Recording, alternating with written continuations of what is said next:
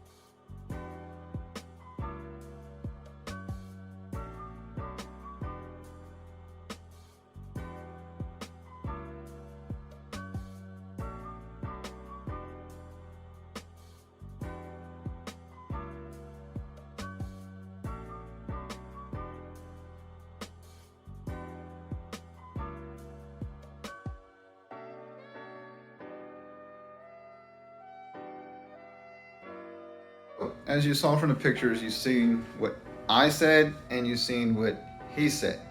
He said something along the lines that the motion ratio, I'm a Googler, don't know what I'm talking about. Oh wait, I got something in my hair. There we go. I'm a Googler, don't know what I'm talking about.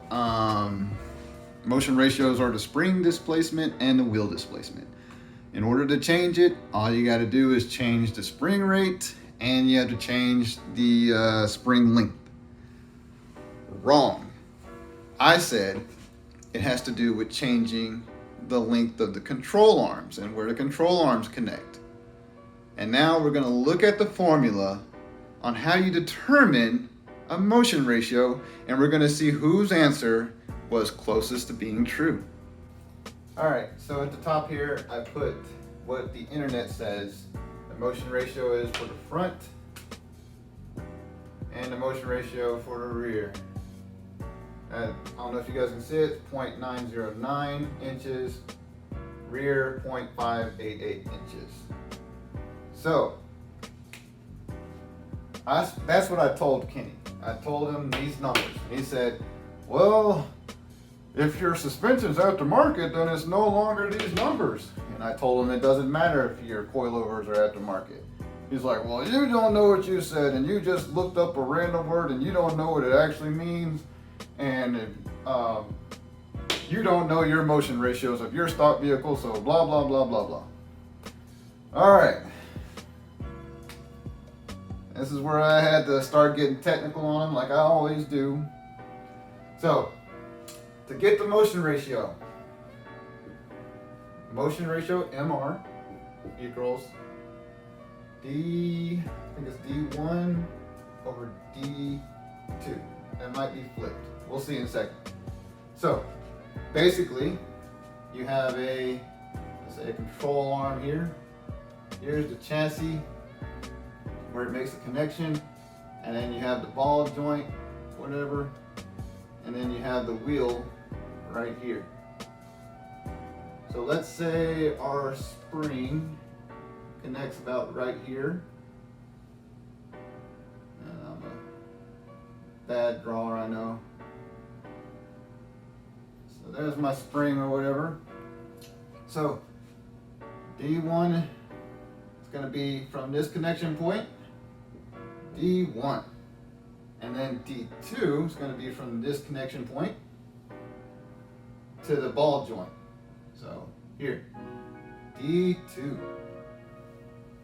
All right, so you got one that goes to the spring connection, the coilover, and you got one that goes to the ball joint that connects the wheel. So D1 and D2. So now I'm actually going to give you a real example of me measuring my RSX, and I should get close to this result. So we're going to see if I'm right or Kenny from Humble Tuning is right.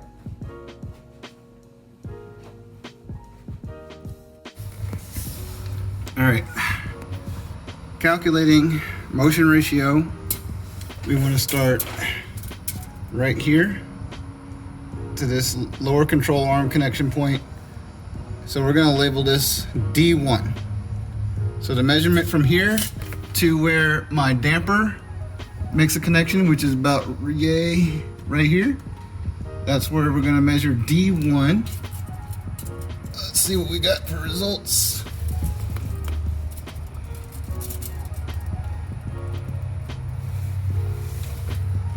I think I'm a little far out. We're about at 1 foot, but I think I can adjust this a little bit back.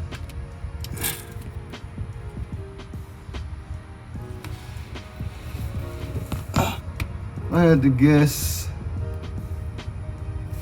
so the control arm comes about right here.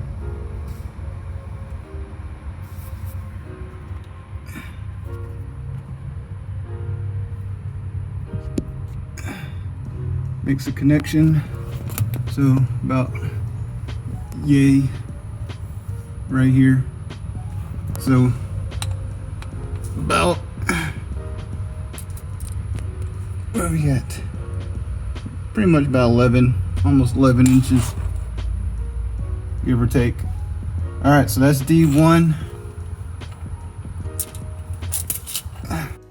All right, so back to business. So D2, we're gonna call this D2, is the measurement from this connection point of the lower control arm and the connection point of the ball joint, which is about yay. So you can't kind of see the one, but it's kind of tucked just right there behind the rim, which the ball joint crosses across the rim as well. So that's going to be our D2. Let's see where that is.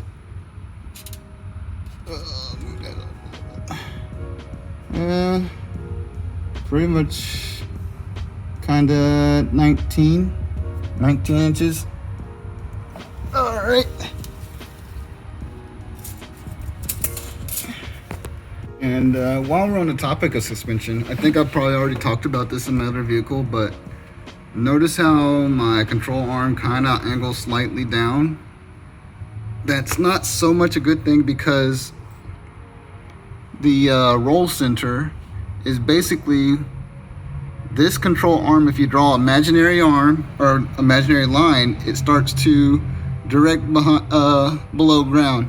Mine's still kind of flat, so it's not too bad. But once you'll have the upper control arm. If I can get to it, there it is. You'll see the upper control arm as well. So draw an imaginary line coming from that as well. And at some point, this control arm, the lower control arm, the upper control arm, imaginary line should intersect.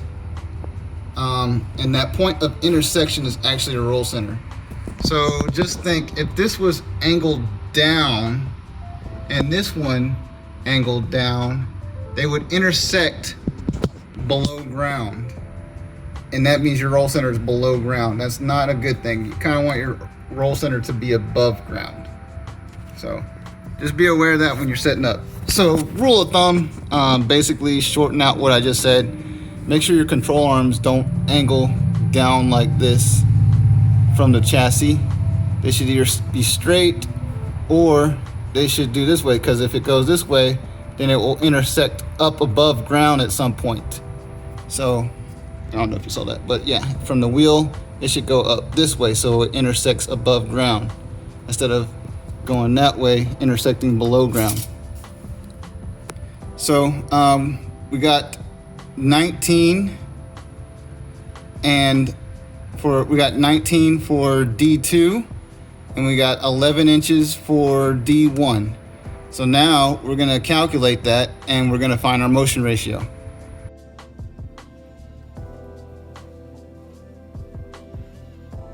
Okay, so you guys saw that from the video, I got 19 inches for D2 and D1, 11.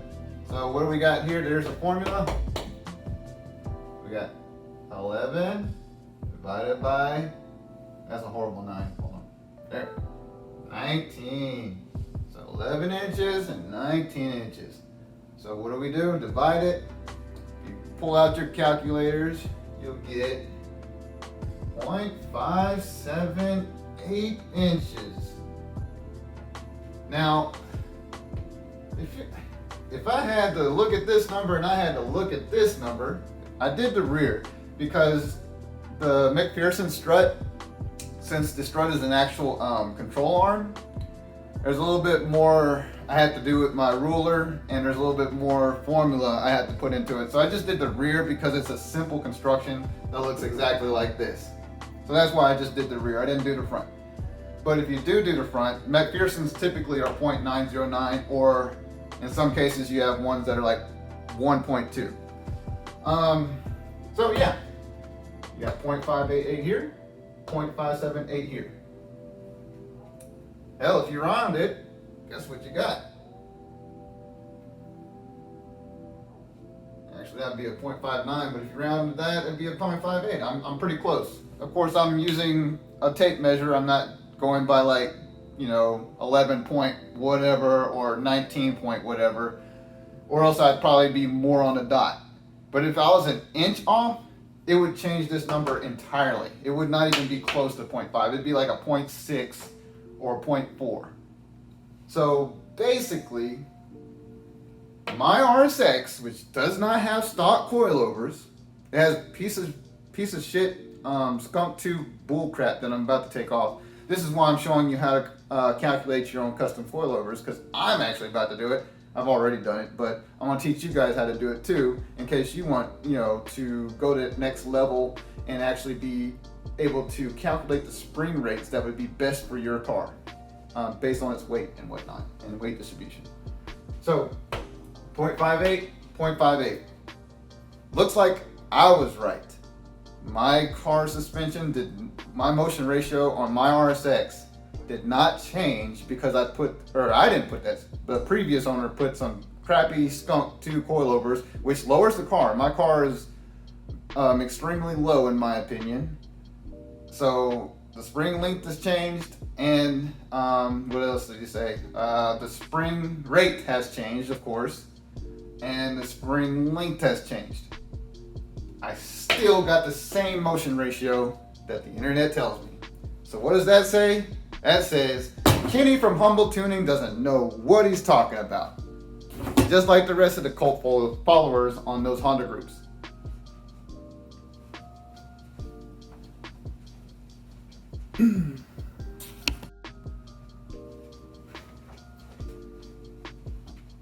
Okay, so now we know about motion ratios. So how do we know which spring rates we should be running, or you should be running, or I should be running? Well, basically, you need to get the weight of your car with you in it, because of course when it's racing around the track, hopefully you're inside the car. So I'm gonna give us a roundabout number. I think mine's probably about 2,870, but I'm gonna just round 2,900. So 2,900. So now what do? Divide by 2. Now this is where, if you saw the pictures, Kenny was like, "Whoa, this guy said we need to divide it by 2. We need to divide the car by 2 instead of getting the weight or weighing the car in the front and then weighing the car in the rear." I'm like, that's great if you're able to weigh your car in the front and weigh your car in the rear, but you can also just take your car's weight distribution and do this. So what is it? Divided by 2? Or 50. That's an ugly 5. Or 50 or so. 1,450 pounds. What are we going to do with that? Take that and times it by the 60-40 weight distribution that the RSX basically has. So one thing you're about to see me do is I'm going to flip the weight distributions, because due to the motion ratios and due to the fact that we want rotation, I'd rather have my driving wheels be less stiff than my non-driving wheels. So I can use my non-driving wheels to fight all the body roll that I'm going to incur. So what am I going to do? Instead of making even though the front has 60% of the weight distribution, I'm going to times my front number by 0.4, 40% of it. So do that. And then the rear, I'll do times 0.6. So I just flipped them basically. So what do I get with this? I have my answers calculated already here. 580 and 870. All right, so now what do we do with those? All right, we're gonna go back to our motion ratios. What are our motion ratios? 0.909, 0.588. So 580 divided by I'm going to use the front motion ratio for this one, the front one, which is 909, and then 870 divided by 0.588. And what do I get from there? I get 638 pounds and 40 1,480 pounds here. So 638 pounds and 1,480 pounds is the amount of spring rate you would need in order to counteract any body roll whatsoever. But the thing about this is if you had full grip, 100% grip. But as you know, tires have a limitation to grip. So this is like slicks numbers. If you're racing on slicks, you'd probably want springs that have these numbers. But since we're not, let's reduce these numbers by a certain percentage. So let's say you have like a street tire that's almost like a racing tire, like 80% less than a slick. So what am I gonna do? I'm gonna times this number by 0.8.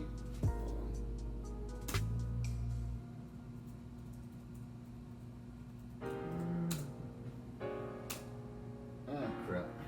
Stupid thing. My account.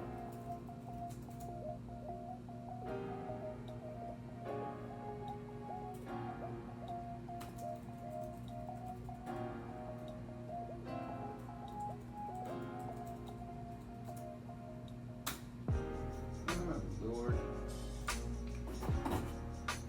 All right.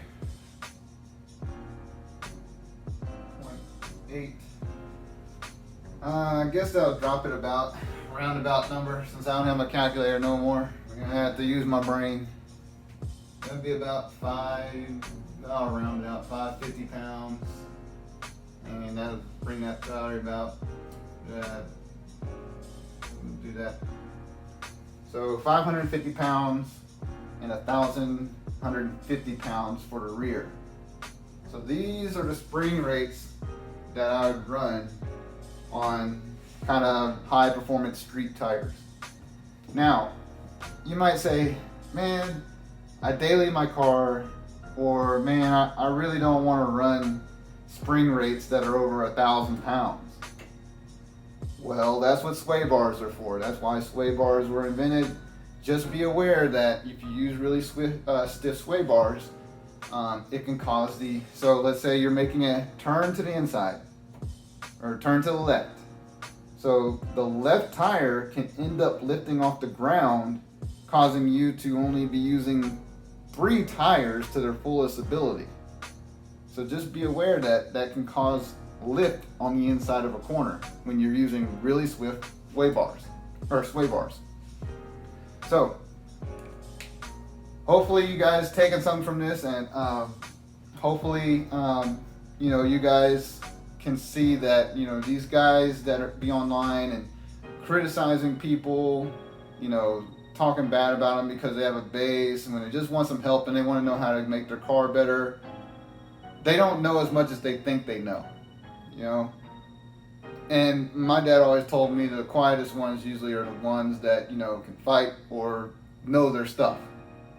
So yeah, there you go. So hope you guys enjoyed the video. Hope you can find the custom spring rates that are right for you using this calculations and math and formulas that I just showed you. Also, don't be afraid to call the coilover company that you're considering buying from. Ask them if they can, make their coilovers for these custom rates that you have found that are best for your car. Another thing I didn't really talk about was you also kind of want to worry about the rear bias. Basically, when you're not adding forces to your spring, there's a natural frequency. You kind of want to keep that natural frequency over 2 hertz. And based off that natural frequency in comparison to the front and the rear. So let's say I use this. My natural frequencies might be like 0.3, 2.5. That would leave me with like a rear bias, because the rear is this much more than the percentage difference between 2.3 and 2.5. It'd be like 10 percent or 0.5%, you know, but you want a rear bias so you can get that rotation that you want for the cornering and whatnot. So just be aware of that too. They have suspension calculators online that can help you calculate that. If you want your natural frequency rate, your natural spring frequency rate, basically it's going to depend on the mass of your car and the spring rate that you're using. And then this is just a regular formula for percentage difference. So 2.3 minus 2.5 divided by 2.3 to get this percentage. All right, that'll do it. I'll check you guys out in the next video. Be sure to hit that like and hit that subscribe button, because I got so much more to teach you guys on how to build an awesome race car.